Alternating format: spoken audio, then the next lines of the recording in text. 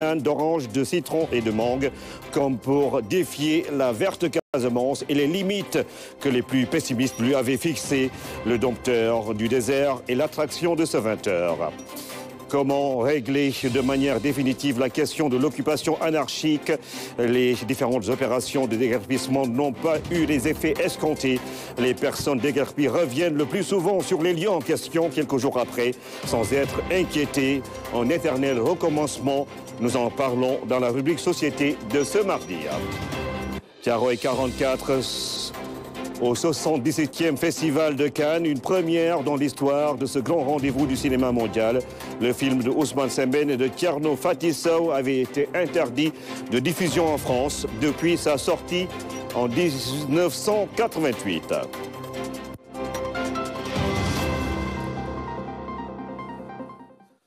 Bonsoir à tous et bienvenue Tabaski 2024. Le besoin en moutons est estimé à 810 000 têtes, dont 260 000 pour la région de Dakar. En plus de s'assurer de leur disponibilité et des conditions optimales d'une bonne fête, le Premier ministre prône la rupture dans le secteur agro-silvopastoral. Il veut des mesures structurelles et non conjoncturelles face à la cherté de la viande et des produits agricoles. Le Premier ministre Ousmane Sonko présidait ce matin au conseil interministériel consacré à la préparation de la Tabaski à Ramdao.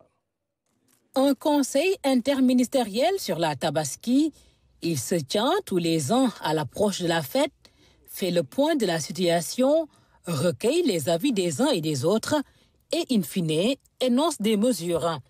Problème, le Premier ministre remarque que ces mesures sont souvent conjoncturelles pour simplement parer à des urgences. Or, le constat, il est là. On parle de Tabaski. On dit qu'il y a un besoin de 810 000 têtes. Et beaucoup d'acteurs ici ont magnifié les efforts ou les progressions qui ont été réalisées ces dernières années et que nous saluons. Et nous vous en félicitons, qui ont permis peut-être de réduire la dépendance vis-à-vis de l'extérieur. Mais ça, c'est uniquement pour la Tabaski. Le constat, c'est que, en réalité, nous continuons à être extrêmement déficitaires, ce qui se ressent au niveau des marchés. L'exemple est étayé avec l'évolution du prix de la viande de 2014 à 2023, des données de l'ANSD qui révèlent une forte augmentation. Le prix du kilogramme de viande de mouton est passé de 2 782 francs en 2014 à 4 338 francs en 2023, soit une hausse de 1 556 francs en valeur absolue et 56% en valeur relative. Et le prix du kilogramme de viande de bœuf est passé de 2 319 francs en 2014 à 3 780 francs en 2023, soit une hausse de 1 461 francs en valeur absolue et 63% en valeur relative. C'est un constat qui interpelle tous les acteurs qui sont ici, les acteurs de l'élevage, puisque ce qui justifie ces hausses, c'est la rareté du bien. C'est l'insuffisance de l'offre par rapport à la demande. Ce conseil interministériel s'est donc voulu plus élargi dans ses considérations, pointant une situation socio-économique insupportable. C'est d'autant plus inacceptable que le potentiel agropastoral de ce pays est immense. Ce que nous vivons est le produit ou la résultante d'un manque de vision politique sur ces questions. Et c'est là où je veux insister pour dire que les choses vont changer. Nous pouvons vous promettre que dans les semaines et mois à venir, une action spécifique sera consacrée à ce volet de notre programme pour que les choses changent réellement et profondément. Mais le changement ne pourra intervenir que si tous les acteurs comprennent, constatent et acceptent de marcher ensemble vers cette même direction. L'ambition pour le gouvernement est de tirer le maximum de ce secteur générateur d'emplois et de richesses. En attendant, les mesures sont prises pour que la fête soit belle, que les 810 000 moutons nécessaires à la Tabaski soient disponibles, que la sécurité soit au rendez-vous dans les points de vente et que les demandes de financement soient diligentées. Et puis le Premier ministre a instruit une quinzaine de mesures d'ordre financier, sécuritaire et organisationnel pour une bonne fête de la Tabaski. Voici quelques-unes de ces mesures lues par le ministre secrétaire général du gouvernement, Ahmadou Al-Aminoulo. Monsieur le Premier ministre invite le ministre de l'Agriculture, de la Souveraineté alimentaire et de l'Élevage, en relation avec le ministre de l'Intégration africaine et des Affaires étrangères, à échanger avec les autorités mauritaniennes et maliennes pour faciliter l'importation de moutons, ainsi qu'avec les autorités gambiennes pour le transit du bétail vers les régions sud du pays. Monsieur le Premier ministre invite le ministre des Finances et du Budget, en relation avec le ministre de l'Intérieur et de la Sécurité publique et le ministre de l'Urbanisme, des collectivités territoriales et de l'aménagement des territoires, à veiller à l'application stricte des mesures d'exonération des droits et taxes sur les moutons de Tabaski à l'entrée du Sénégal, le long des axes routiers, au niveau des zones d'attente et des points de vente. Monsieur le Premier ministre invite le ministre de l'Industrie et du Commerce à entreprendre les démarches nécessaires auprès des provendiers pour faciliter aux opérateurs l'accès aux aliments usinés par l'installation de stocks rapprochés au niveau des points de vente autorisés et des points de regroupement du bétail à l'intérieur du pays avant leur convoyage aux points de vente. À veiller à l'approvisionnement correct du marché en denrées de grande consommation, oignons, huile, pommes de terre notamment. À prendre les mesures idoines pour lutter contre la spéculation. Vers la mise en place d'un guichet unique pour la diligence des dossiers des enseignants. Le ministre de l'Éducation nationale, Moustapha Mamba Guirassy, a fait l'annonce hier lors d'une rencontre avec les secrétaires généraux des syndicats d'enseignants, non membres du G7. C'était à Diamniadio. Plusieurs sujets liés à l'équité et à l'inclusion dans la gestion du système éducatif ont été abordés, notamment la signature des arrêtés d'admission au CAP. Et puis le problème des enseignants décisionnaires a été évoqué. Massamba Tchan. Ils étaient plus d'une quarantaine de syndicats d'enseignants réunis autour de cette table. Une rencontre de prise de contact qui s'inscrit dans la continuité des discussions entamées par le ministre de l'Éducation nationale avec ses partenaires de l'éducation. Elle a par ailleurs permis à Moustapha Mamba Guirassy de partager à nouveau la vision du chef de l'État pour la transformation de l'éducation.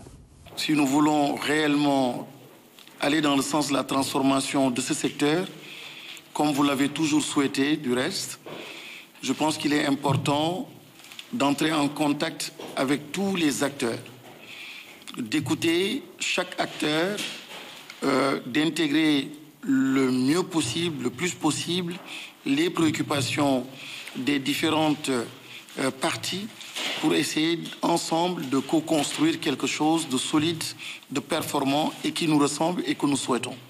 La compréhension que j'ai du ministre de l'Éducation, sa mission, c'est un animateur, un fédérateur, un acteur d'un secteur qui doit être en mesure d'écouter tout le monde, comme je le disais tout à l'heure, mais surtout de faire avancer tout le monde. Durant 4 tours d'horloge, le ministre et ses partenaires ont échangé sur plusieurs sujets liés à l'équité et à l'inclusion dans la gestion du système éducatif. Les secrétaires généraux des syndicats se sont félicités de la démarche du ministre et ont relevé plusieurs préoccupations. Nous souhaiterions la formalisation et la pérennisation de telles rencontres dans le temps et dans l'espace. L'implication minimale lors des négociations de cadres structurés et représentatifs d'enseignants et d'enseignantes. 3. La résolution définitive du cas des décisionnaires, de ceux-là qui sont dits décisionnaires, qui souffrent en fonction, lorsqu'ils sont en fonction, et pire lorsqu'ils sont à la retraite. Nous, ce que nous avions proposé en tant que syndicat, c'est que l'examen de ce CAP se fasse dans les CRP pendant la responsabilité entière. Et ça éviterait à l'enseignant de servir pendant 5 ans avant de pouvoir tout simplement passer cet examen et ensuite attendre des années encore pour pouvoir tout simplement se procurer de cet arrêté-là, lui permettant tout simplement de déposer son dossier au niveau de la fonction publique pour encore être dans la file d'attente. Ensuite, il y a l'enseignement privé, monsieur le ministre. Je pense qu'on doit en parler. L'enseignement privé, je pense qu'il y a une division au sein du ministère de l'Éducation, mais je pense qu'il est temps qu'aujourd'hui, qu'il soit érigé en direction. Après avoir écouté les interventions des uns et des autres, le ministre de l'Éducation nationale s'est engagé à diligenter les dossiers qui dépendent de ses services. Pour les autres revendications, il a promis de partager avec ses collègues ministres impliqués afin de trouver des solutions dans le court terme. Nous devons aussi avoir un agenda un peu plus régulier, que ce soit pas... il faut un engagement aussi du ministre ou du ministère pour dire que de façon régulière et périodique, voilà donc les rencontres de concertation que nous aurons. Et ça, nous le ferons. Pour les arrêtés et les décisionnaires, je disais hier à M. Thiam, qui est là, qui est du cabinet, que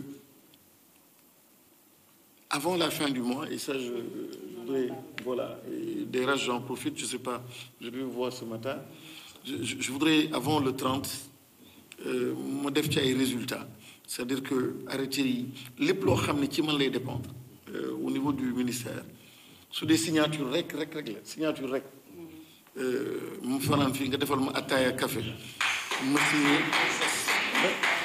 waaw yooyu féete boor quoi su dee ci man lay dépendre. Les représentants des syndicats d'enseignants ont magnifié l'initiative du ministre Moustapha Mamba Guirassy de provoquer cette rencontre. Et puis le ministre de l'Environnement et de la Transition écologique poursuit sa tournée dans les régions. Après Ziguinchor et Sédhiou, il s'est rendu dans la région de Tambacounda. Il a pu constater les efforts des agents des eaux et forêts et des parcs pour préserver justement la nature. Et le parc Nyokolokoba Daouda annonce un renforcement des moyens et équipements pour les aider à bien accomplir leur mission. Tidiane Cissé. Des tronçonneuses, des armes, des lames, des tricycles, des motos et charrettes saisis par l'inspection régionale des eaux et forêts de Tambacounda. Cette visite a permis au ministre de l'Environnement et de la Transition écologique de constater le travail effectué par les agents des eaux et forêts dans le cadre de la lutte contre la déforestation dans la région. Nous avons vu le matériel qui a été saisi auprès des trafiquants de bois, du matériel lourd qui montre que le phénomène de la déforestation a pris une grande ampleur dans la région de Tamba. Et j'en profite pour magnifier le travail qui est fait par les agents des eaux et forêts, mais en collaboration étroite avec les autorités administratives, mais également avec les forces de défense et de sécurité. Et nous allons renforcer les équipes, renforcer également en équipement, parce qu'il y a des projets au niveau du ministère de l'Environnement pour renforcer un peu le service forestier et accentuer la lutte contre la déforestation. Après l'inspection régionale des eaux et forêts, le ministre a visité la pépinière régionale avant de se rendre au niveau de la forêt classée de Botou dans la commune de Sinthiou-Malem, où il a appelé les populations à s'impliquer davantage dans les initiatives de restauration des forêts. J'ai commencé ma tournée depuis jeudi et c'est la première fois que je vois vraiment une activité de restauration écologique. Et c'est ce qu'on est en train de faire ici à Botou. Et c'est des expériences que nous allons multiplier parce que ça permet un peu de préserver les forêts classées, de réhabiliter les forêts classées qui sont dans un état de dégradation. Pour la dernière étape de ce déplacement à Tambacounda, Daouda Ngom s'est rendu dans le parc national de Nyokolokoba, classé patrimoine mondial de l'UNESCO en 1981. Nous avons d'abord fait l'étape à Dar es Salaam où nous avons visité le périmètre maraîcher. Par la suite, nous avons visité le camp des Lions, nous avons visité l'hôtel Cimenti. Nous sommes actuellement au gué d'Amanta. Et en visitant le parc, on se rend compte qu'il y a un énorme potentiel. On s'est rendu compte aussi qu'il y a eu beaucoup de soucis au Nyokolo Les agents font ce qu'ils peuvent.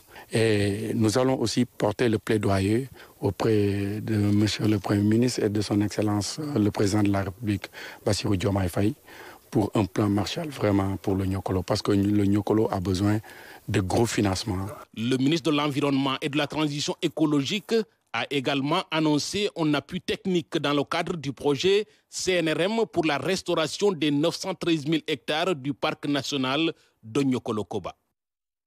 Le haut commandant de la gendarmerie aux commandes, le général de division Martin Fay, a pris fonction ce mardi. C'était en présence du ministre des Forces armées, Moussa Mané. Le général de division Martin Fay recevant le fanion du commandement, symbole d'une prise de fonction à la tête de la gendarmerie nationale. Un rituel qui marque une étape importante dans la vie de cette institution militaire. Dans son ordre du jour numéro 1, le haut commandant de la gendarmerie nationale et directeur de la justice militaire compte inscrire son action pour satisfaire les attentes des populations. En tant que force de souveraineté, notre institution consolidera son engagement à contribuer à la sécurité ainsi qu'à l'intégrité du territoire pour mieux garantir le fonctionnement normal de l'État et en toutes circonstances et contre toute forme de menace. Pour le nouveau patron de la gendarmerie nationale, la seule présence d'un élément devra apporter sérénité et confiance à un citoyen. Aussi, les forces de la gendarmerie doivent exercer leur mission avec discernement et professionnalisme dans le respect des obligations déontologiques. La finalité, c'est de bâtir une relation de confiance entre la gendarmerie et les citoyens. Et pour être encore beaucoup plus proche de ces populations, le maillage du territoire sera renforcé. Ainsi, mon plan d'action sera articulé autour du renforcement des 4 fonctions opérationnelles suivantes. Commandement, coordination, conduite, veille, alerte, prévention, surveillance, investigation et enfin, protection, intervention. Afin de garantir aux citoyens une sécurité en tout temps et en tout lieu, le général de division Martin Fay compte renforcer les unités. C'est ainsi que d'autres légions vont intégrer le dispositif de la gendarmerie. Il s'y ajoute la poursuite du renforcement des effectifs. Ces derniers mots sont destinés aux femmes et aux hommes qui composent la gendarmerie nationale. Je suis profondément honoré de vous commander. Et je suis fier de chaque femme et homme qui porte l'uniforme avec honneur et dignité. Je vous exhorte à consolider vos valeurs professionnelles et morales pour préserver notre posture républicaine. La compétence et la probité doivent demeurer nos repères permanents. Sous-lieutenant le 1er juillet 1992, le général de division Martin Fay a gravi les échelons jusqu'à arriver à cette station ultime de la gendarmerie nationale. Pour le ministre des Forces armées, c'est un officier plein de qualités humaines et professionnelles qui se distingue par son sens élevé du devoir. Attentionné et humain, il est un exemple abouti du chef militaire, du meneur d'hommes dont la gendarmerie nationale a besoin pour mettre en œuvre les hautes orientations du chef de l'État en matière de défense et de sécurité. Mon général, en vous nommant à cette fonction éminemment stratégique, Son Excellence, M. Bassirou Diomaye Diakhar Faye, président de la République, chef suprême des armées, sait qu'il peut compter sur vous pour donner corps à sa vision. Après avoir décliné son ordre du jour, le haut commandant de la gendarmerie nationale et directeur de la justice militaire a passé en revue toutes les unités qui sont aujourd'hui sous son commandement, des hommes et des femmes sur qui il peut compter pour mener à bien la mission au sein de la gendarmerie nationale. La communauté mère du divin amour Sénégal tient son Cénacle des Nations à Dakar. L'événement a commencé ce 12 mai et prendra fin le 18 de ce même mois. Une semaine de prière et de louanges sous le thème « Ravive en toi le don de Dieu ». La messe solennelle de la 10e édition a été dite par l'archevêque de Dakar et parrain de la présente édition. Philomène Constance Diagne y a assisté. Cette célébration eucharistique ouverte au grand public chrétien s'inscrit dans le cadre du Cénacle des Nations. Cénacle comme pour désigner les disciples du Christ dans l'attente de l'Esprit Saint après l'ascension de Jésus. Le Cénacle des Nations était d'abord une expérience que la communauté vivait, qu'on appelait le Cénacle, tout court. Et après 15 ans d'expérience, on a senti qu'il fallait vivre ça autrement, c'est-à-dire que se déplacer et surtout, comme le jour de la Pentecôte, inviter, parce que le jour de la Pentecôte, il y a eu tous les juifs de la diaspora qui sont venus, et donc inviter tout le monde, c'est pour ça aujourd'hui nous avons 15 pays ici, pour vivre une effusion d'amour et pour parler un langage universel. Le langage universel de toutes les religions, c'est le langage d'amour. Alors il y a eu les langues de feu, on parle de langues de feu, mais c'est vraiment la convergence de cœur vers Dieu. Le Cénacle aboutit à la Pentecôte. Quand la première Pentecôte a eu lieu, l'apôtre Pierre, qui est sorti le premier, a tout de suite improvisé une prédication à Jérusalem devant tous ceux qui étaient là. Si vous lisez le chapitre 2 du livre des Actes des Apôtres, vous allez trouver le texte de sa prédication. Des enseignements, des louanges et des témoignages au pied de la Sainte Vierge pour lui confier les maux du monde entier en général et du Sénégal en particulier. J'ai l'habitude de suivre les frères Emmanuel Akobé depuis toujours et je trouve ses enseignements très très bien. Je sais qu'avec lui, il y a vraiment des grâces intenses. Il y a des grâces intenses. Et donc je suis sûr, ce n'est qu'un début, comme on a dit là. Mais d'ici la fin du Cénacle, ça va être l'apothéose. Oui, un intense moment de prière, de recueillement et de cœur à cœur avec le Saint-Esprit. Voilà, donc nous attendons, nous attendons massivement afin que nous puissions ensemble présenter notre pays au Seigneur. Parce que nous croyons que Jésus, c'est la célébration de l'Eucharistie chaque jour, et Jésus est vivant et il agit à travers les sacrements. Mais il agit aussi à travers les charismes, les dons qu'il donne à certains frères et sœurs pour proclamer son nom. Donc nous prions pour les malades et nous demandons à Dieu de les guérir, c'est tout à fait normal. Et nous prions aussi pour ceux qui sont enchaînés par les chaînes de l'esclavage spirituel, par le démon, par les fétiches, etc., pour qu'ils rencontrent Dieu, parce que dans toutes nos grandes religions, christianisme comme l'islam, le fétiche n'est pas conseillé. Donc nous rassurons qu'on peut mettre sa confiance en Dieu d'une manière totale. Parrain et hôte de cet événement spirituel, l'archevêque de Dakar a invité les participants à faire de cette rencontre un lieu d'incubation pour se façonner en rappelant aux chrétiens la voie pour raviver en soi le don de Dieu. J'en rends grâce à Dieu, persuadé que nous en retirerons beaucoup de bienfaits de la part du Seigneur. Et donc je me réjouis de cette vitalité que manifeste cette rencontre. Et vraiment, je voudrais féliciter tous les participants. Je suis en action de grâce.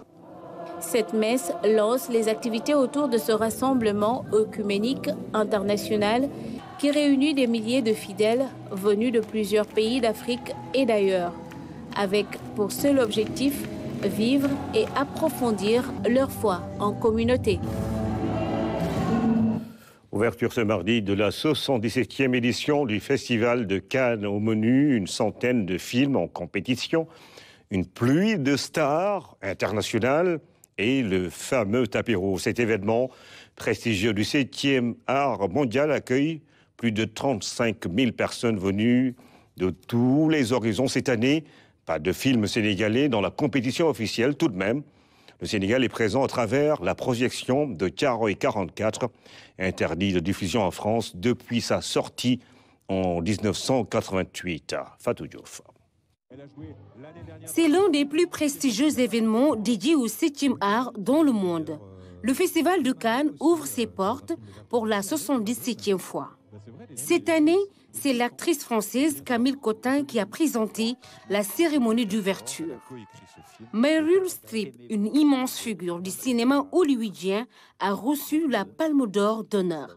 Meryl Streep est la personnalité la plus distinguée de l'histoire des Oscars du cinéma avec 21 nominations. Sur les tapis rouges, des stars mondiales. plus de 35 000 festivaliers qui ne ratent pour rien au monde la montée des marches et les projections de centaines de films en compétition officielle et hors compétition. Deuxième acte, le dernier film du réalisateur Quentin Dupieux ouvre le bal. Voici le tableau des films en compétition par catégorie. Pour la Palme d'Or, 22 longs métrages sont en lice. 18 dans la catégorie Un certain regard. En court métrage, 11 films. Cannes première, 8 films. Science spéciale, 12 films. Hors compétition, 10 films. Et enfin, Cannes classique, 23 films. D'ailleurs, c'est dans cette catégorie que figure Thiaroye 44. Le général commandant le point d'appui de Dakar vous salue et vous envoie ses encouragements. Vous êtes ici dans un camp de transit pour un temps provisoire.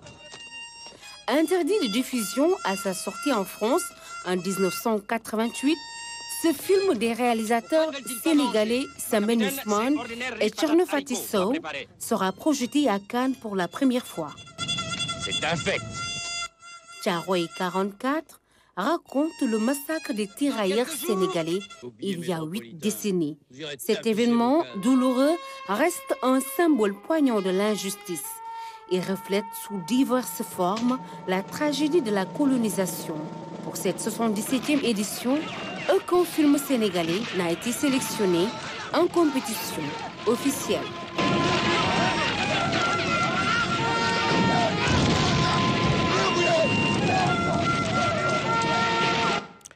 Thiaroye 44 au Festival de Cannes inédit, c'est une première. Et puis, vous le constaterez avec moi, son nom peut faire l'objet d'un film ou d'un long métrage. Il s'est révélé au grand public après sa prouesse sur la culture du blé à Matam. Mais ses ambitions dépassent les frontières de cette céréale, vous allez le voir. Atoumane Konaté a su faire un verger en plein désert, défiant certains connaisseurs qui affirmaient qu'il était impossible justement d'atteindre ses objectifs, cultiver des arbres fruitiers dans le Fouta, à Soringo, dans son périmètre de 12 hectares. Les résultats de son labeur forcent l'admiration. Atoumane, le dompteur du désert, à découvrir avec Ibrahima Pabidjejo.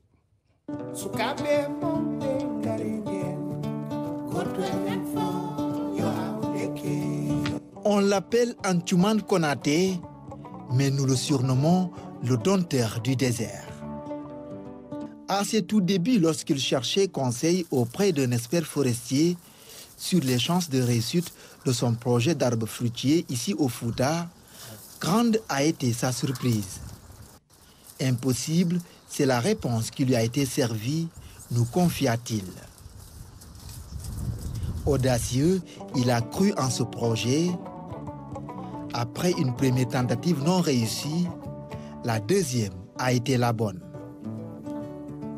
Aujourd'hui, l'endroit est une oasis en plein désert. Des manguiers, des orangers, des citronniers, bref, tous les fruits juteux qui font le charme de la verte Casamance poussent désormais ici.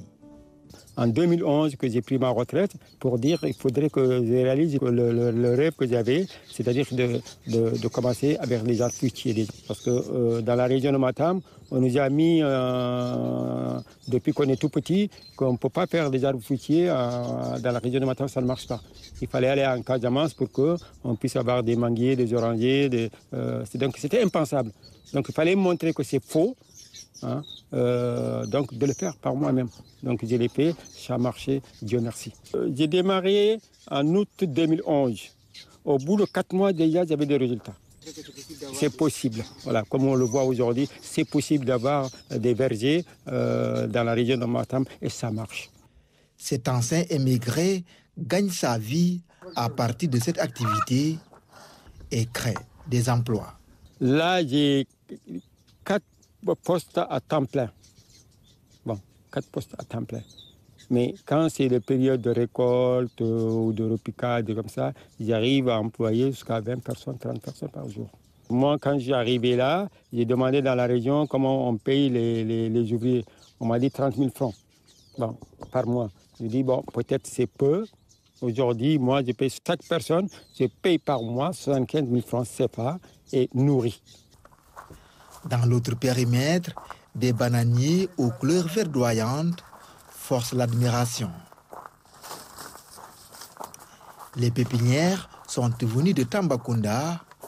Après un an, il commence à voir les fruits de son labeur. Donc ça prouve qu'on peut faire aussi de la banane dans la région de Matam et avoir des résultats. La banane dans la région de Matam, on peut dire qu'on n'en a pas. Donc les productions de bananes qu'on reçoit dans la région, elles viennent de Tamba ou ailleurs. Antioumane est aussi un grand producteur de maïs. Cette parcelle est en phase de maturité. L'autre a donné ses premières récoltes. Moi, mon problème, c'est l'eau. Je vous assure, s'il y avait suffisamment d'eau pendant toute l'année, ce que vous voyez là, vous verrez autre chose. Ce n'est pas ça que vous verrez là. Parce que le bras du fleuve que je ravitaillais, elle est ensablée. À partir du mois de mars, fin mars, avril, mai, juin, jusqu'à juillet, j'ai plus d'eau. Donc il fallait trouver une solution à ça. Malheureusement, je n'ai pas pu le trouver. Il fallait faire un mini-forage. Tout ce que vous voyez là, c'est de mes propres moyens. Et la seule chance que j'ai eue, en 2012, le responsable de la SAED est venu là. Et il a découvert le site. Depuis, j'ai eu l'appui de la SAED. Ce natif du village de Soringo est un homme de défi. Son quotidien démarre dès les premières lueurs de l'aube jusqu'au coucher du soleil. À la pause, il a ses endroits préférés, ce manguier et cet arbre ombrageux où il fait sa sieste sous le gazouillement des oiseaux. Et ça rappelle bien la Casamance. Yakaï en cas d'école, c'est le thème d'un panel présidé par le gouverneur de la région des Ziguinchor. Une tribune pour les acteurs du processus de paix en Casamance, afin de discuter des voies et moyens d'arriver à une paix définitive. La rencontre marque la célébration de l'an 1 du dépôt des armes par la faction Abdoulaye Sinkare. Un an après le dépôt des armes par la faction Yakaï Front Nord, les acteurs évaluent les acquis. Le sentiment de fierté, de voir que les engagements ont été le respect. Aujourd'hui, la zone de Mongone libérée. Les combattants rentrent à la maison et reprendre une nouvelle vie, s'insérer dans la société, a permis également aux populations qui étaient parties de rentrer au bercail pour revivre. Société civile, ex-combattants et autorités se retrouvent pour échanger dans ce panel qui a pour thème processus de paix en Casamance, Yakaï, un cas d'école. À Yakaï, c'est l'aile civile et l'aile combattante qui travaillent ensemble. Donc une décision n'est pas prise par les ailes civiles, ou bien une décision n'est pas prise par l'aile combattante. Ça, c'est un autre aspect. L'autre aspect, c'est la franchise dans la communication. Dans ce processus qui a conduit au dépôt des armes, l'engagement des partenaires a été d'un grand apport. L'USAID intervient en Casamance dans les 4 secteurs prioritaires qui sont la santé, l'éducation, la croissance économique, avec l'appui aux jeunes et aux femmes, mais surtout dans le secteur gouvernance et paix, pour aider le gouvernement du Sénégal à réaliser ses objectifs de développement inclusif et de recherche d'une paix durable en Casamance. De retour à la vie civile, les ex-combattants appellent leurs frères d'armes à rejoindre la dynamique. Je lance un appel à mes frères qui sont dans le maquis. La guerre n'est pas une solution. Si elle était, on en aurait fini depuis. Il n'y a que la négociation qui peut amener la paix, pour que chacun puisse retourner vivre tranquillement chez lui. Conscient du rôle moteur de la paix dans le développement, l'État du Sénégal reste plus que jamais engagé à pacifier la Casamance de façon durable.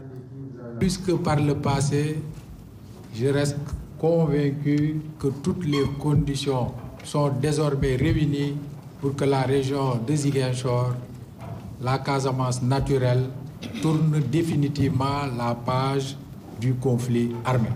Pour nous, le plus important, c'est que les acteurs affichent leur volonté et leur engagement de dépasser leurs divergences et de privilégier l'intérêt supérieur des populations qui ont longtemps souffert de ce conflit. Le panel s'est clôturé avec la remise de cartes nationales d'identité. L'accord avec Diakaï a permis d'enrôler près de 60 000 personnes à travers la région. Le 13 mai 2023 reste désormais une date historique dans le processus de paix en Casamance. Elle rappelle le dépôt des armes du camp de Diakaï. Vous l'avez vu dans le reportage d'Abdoulaye Senkaré, c'était au niveau du village de Mongone. Un an après, pour célébrer l'acte, population, autorités et ex-combattants ont marché ensemble pour une paix définitive dans les rues de Ziguinchor. Michel Mardi. À travers les rues de Ziguinchor, autorités administratives, ex-combattants et populations ont marché côte à côte pour la paix en Casamance. Une randonnée pédestre initiée par la société civile à l'occasion de la célébration de l'an 1 du dépôt des armes du camp de Diakaï. Ça nous permet de nous rappeler les populations, rappeler la communauté nationale et internationale qu'il y a un an, il y a eu un dépôt qui a été fait, qui est un dépôt historique. Et aujourd'hui, c'est rappeler et nous commémorer et célébrer cela, mais aussi profiter pour inviter les autres factions à pouvoir arborer ou bien enjamber, emboîter le pas à Diakaï pour que cette paix définitive revienne en Casamance, dans cette partie du sud du Sénégal, pour que vraiment ce soit au bénéfice des populations. Diakaï a déposé les armes, mais il reste beaucoup à faire pour une paix définitive. Les acteurs invitent l'État et les autres factions du MFDC à trouver un consensus pour une paix durable. C'est l'occasion de pouvoir aussi demander aux autorités, à tout le monde de pouvoir maintenir le processus qui a commencé et pouvoir l'accompagner pour pouvoir vraiment consolider les acquis qui ont pu être obtenus à partir de cet accord. À l'ensemble des autres fractions du MFDC, à savoir la fraction de Salif Sadio, la fraction de César Atoubadian, et les autres pour leur demander de rejoindre la dynamique pour qu'il y ait une paix définitive en Casamance parce que la jeunesse en a besoin. Les randonneurs ont marché sur environ 10 km. Les jeunes, moins jeunes et les personnes du troisième âge ont répondu massivement à cette activité qui relève à la fois du sport et de la sensibilisation. Chacun d'entre nous doit être un ambassadeur de la paix pour que cette flamme qui a vu le jour le 13 mai 2023 puisse parcourir les cœurs et les esprits pour que définitivement cette page sombre de l'histoire de la région de Ziguinchor soit définitivement tournée. Et à ce propos, je voudrais dire et rappeler qu'aucun groupe ne doit se sentir exclu. Et c'est le sens qu'il faut donner au message que son Excellence, Monsieur le chef de l'État, a prononcé dès le lendemain de son accession à la magistrature suprême, en insistant sur la nécessité de renforcer la cohésion sociale. Cette randonnée se tient après la journée de mobilisation qui s'est tenue dans le village de Mongone. Elle sera suivie d'un panel sur la paix en Casamance qui se tiendra dans la commune de Ziguinchor. Demain, mercredi, le transport urbain va entrer dans une nouvelle ère. Le bus va passer au vert pour le bus transit rapide ou bus rapide transit. Il vient ainsi s'ajouter au TER pour accroître l'offre de transport de la banlieue vers le centre-ville que de chemin entre les premiers cars rapides des années 50, 60 et même après. Et maintenant, l'évolution du transport de masse au Sénégal. C'est une chronique signée Oumar Diawa. Les BRT aux couleurs vives d'aucun parti, si ce ne sont celles du Sénégal, sont enfin en circulation après des mois de tests. Ces bus articulés, sans bruit et avec zéro émission de CO2 toxique pour les corps et l'atmosphère viennent s'ajouter aux différents modes de transport déjà en usage dans la capitale. L'univers dakarois en expansion permanente a sécrété des banlieues dépassant les parcelles Pikine, Dagoudane et Guédiawaye. fonctionnant un peu comme des cités dortoirs qu'il faut quitter et regagner chaque jour pour beaucoup de résidents obligés de rallier le centre-ville pour gagner leur pain.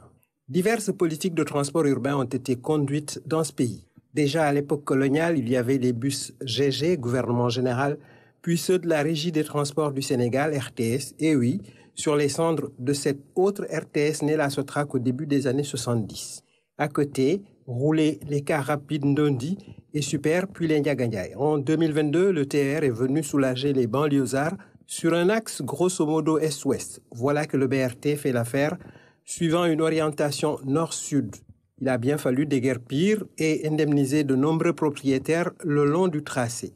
Cette opération a coûté son prix. Ensuite, exécuter les travaux de voirie, obligeant les automobilistes à slalomer à travers des sections sableuses, des déviations. Ces travaux laborieux achevés, il ne restait plus qu'à acquérir les bus.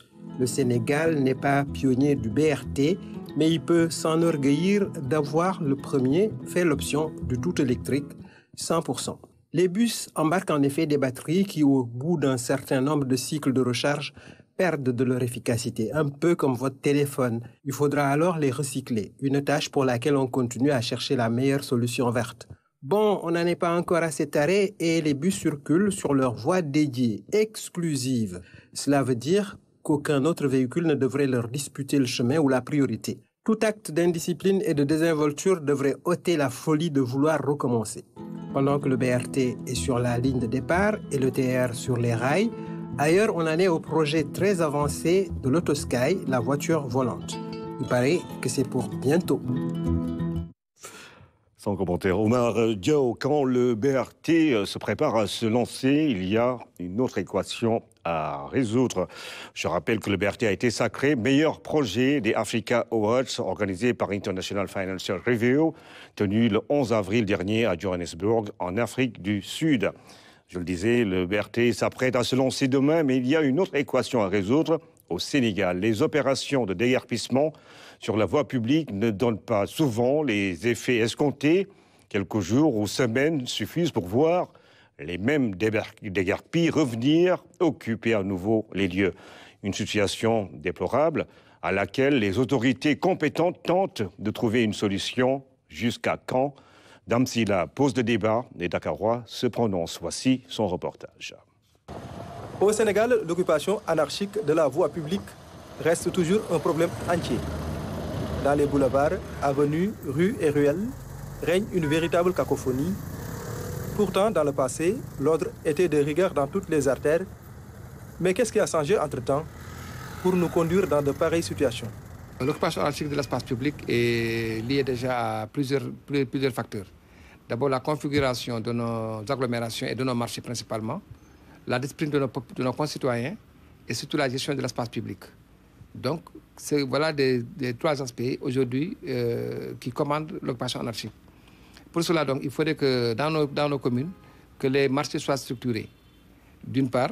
D'autre part, il faut qu'il y ait de la discipline sociale. La troisième chose, il faut que les textes, on puisse avoir des textes quand même qui répondent aujourd'hui à la problématique de l'occupation anarchique.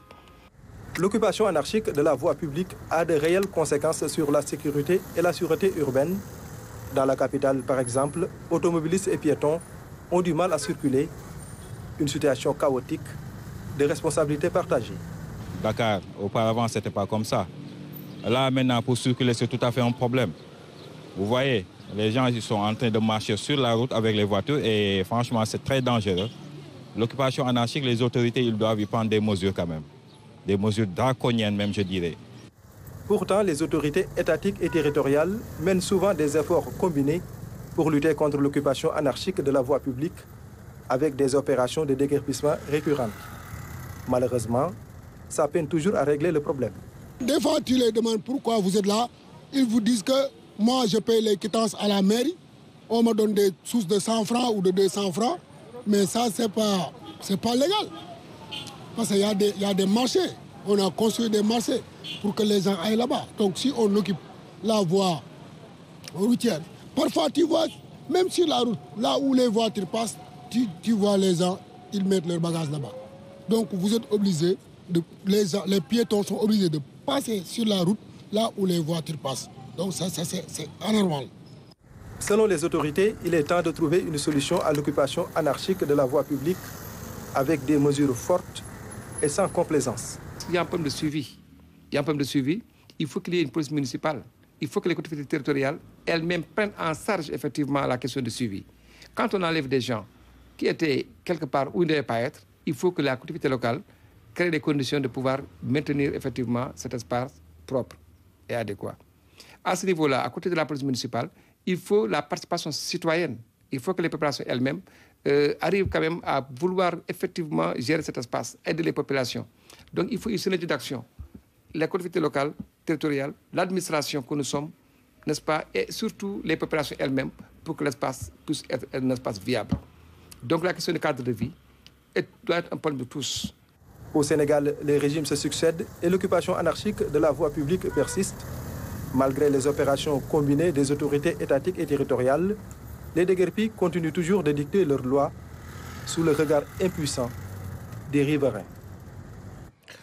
Le Sénégal a pris part du 8 au 10 mai dernier à la foire internationale des fruits et légumes qui s'est tenue à Rimini en Italie. Près d'une vingtaine d'entreprises sénégalaises ont étalé leur savoir-faire pour mieux exporter vers le marché européen. Le COSEC, qui a encadré justement et accompagné ses opérateurs économiques, a mis en avant cette année les jeunes qui investissent de plus en plus le secteur de l'agrobusiness. Voici le reportage de nos envoyés spéciaux, Pape Laifey et Aminata Mengfal. Rimini, une ville située dans la région Émilie-Romagne, dans le nord de l'Italie. Elle accueille chaque année des milliers de professionnels de la filière horticole à l'occasion de la foire internationale des fruits et légumes, McFruit.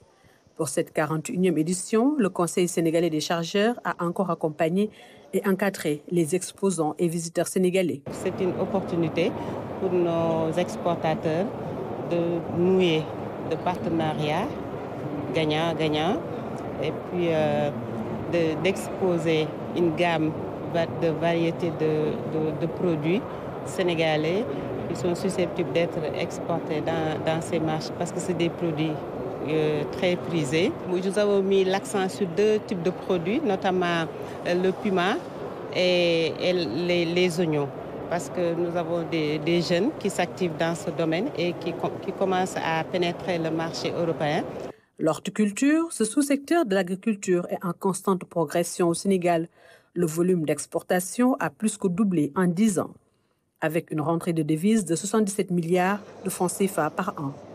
Et le salon McFruit offre l'opportunité à ses opérateurs économiques d'être au fait des innovations technologiques pour répondre aux exigences du marché européen. Il faut beaucoup travailler sur l'innovation, il faut beaucoup travailler sur la qualité, il faut beaucoup travailler sur les normes de conditionnement, les normes d'hygiène, et puis il faut être apte.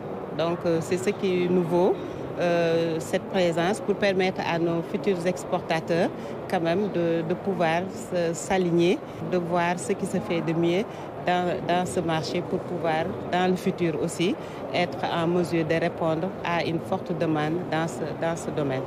J'ai exporté des fruits fraîches, mais maintenant je suis rentré dans la transformation. Et au niveau technologie, ce sont les Italiens qui sont les meilleurs. Et là, j'ai des contacts avec eux. Je suis en train de travailler sur des machines. Et puis là, on a monté une unité de conditionnement, de transformation des fruits séchés, comme la papaye, la mangue et la noix de cajou.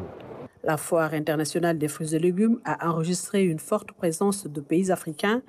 Au-delà de nouer des relations commerciales, c'est aussi l'occasion de trouver des partenaires pour des projets de développement. McFruit, c'est très international. Il y a beaucoup d'entreprises africaines, il y a beaucoup d'entreprises de Cameroun, de Sénégal, de beaucoup de pays de Mali.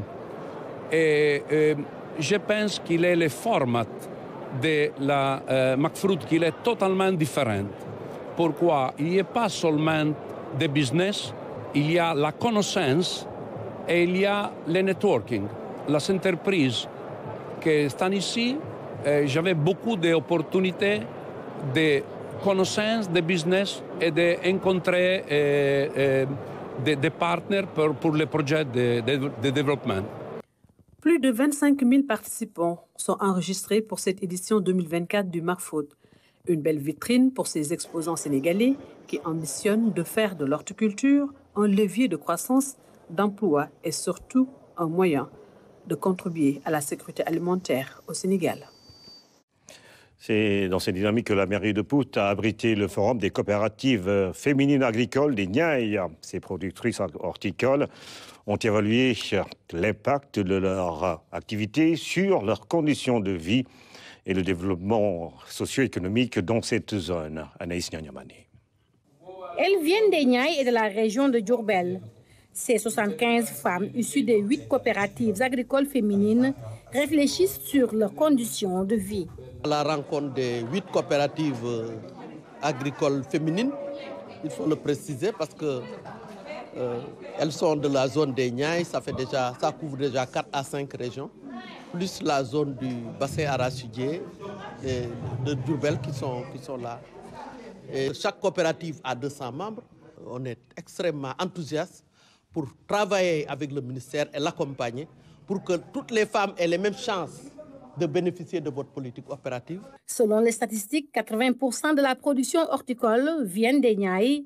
Pour pérenniser la dynamique organisationnelle, les femmes réclament plus de terres. Aujourd'hui, on devrait discuter sur la gouvernance des ressources naturelles et son impact sur ce qu'on est en train de construire avec les femmes.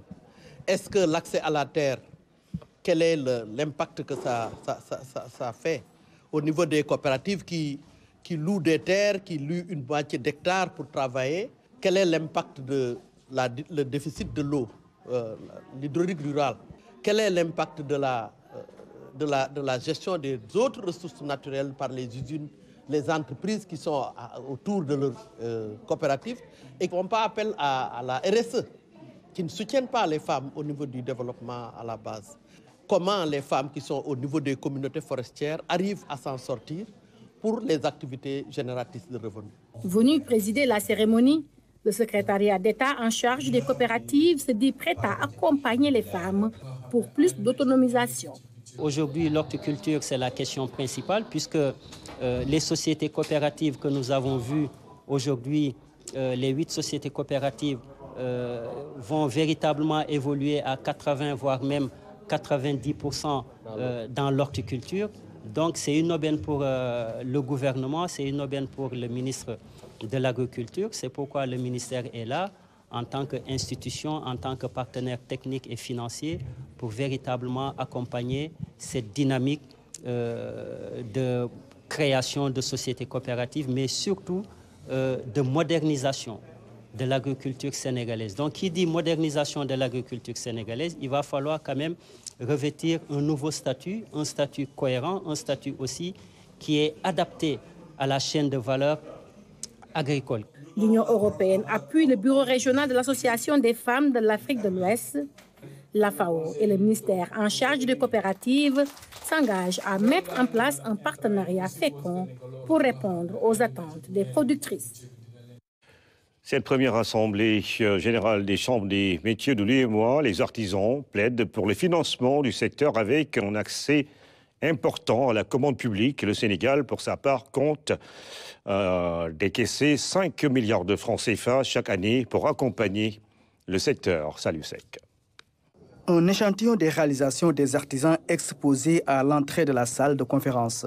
Derrière ces belles œuvres se cache une panoplie de difficultés de ces acteurs. Dans l'espace UEMOA, nombreux sont ces artisans qui n'ont pas accès à la commande publique. L'artisanat dans la sous-région, et plus particulièrement celui du Sénégal, fait face à plusieurs défis, dont les plus emblématiques sont la facilitation de l'accès des artisans à la commande publique, l'organisation de l'apprentissage par les chambres de métiers conformément à la recommandation du Code communautaire de l'artisanat, la protection sociale des artisans, entre autres. Cette rencontre est donc une tribune pour ces acteurs de faire un plaidoyer pour le financement de leur secteur. Un appel qui devrait avoir un début de solution.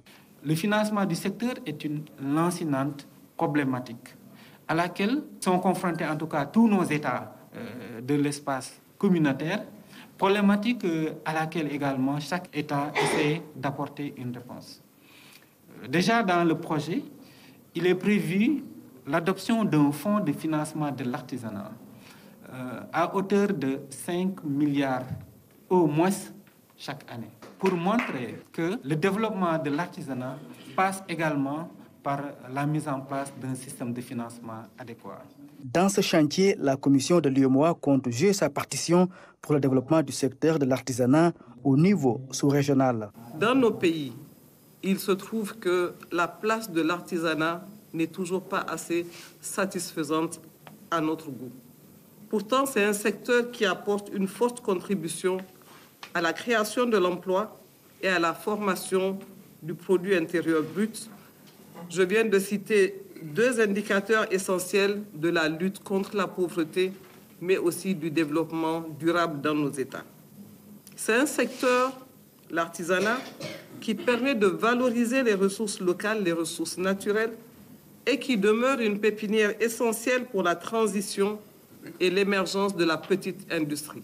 Cette vision de mettre les chambres de métiers, de l'artisanat de l'espace UEMOA en réseau marque une synergie d'action des acteurs d'un même secteur dans une même communauté afin de renforcer les actions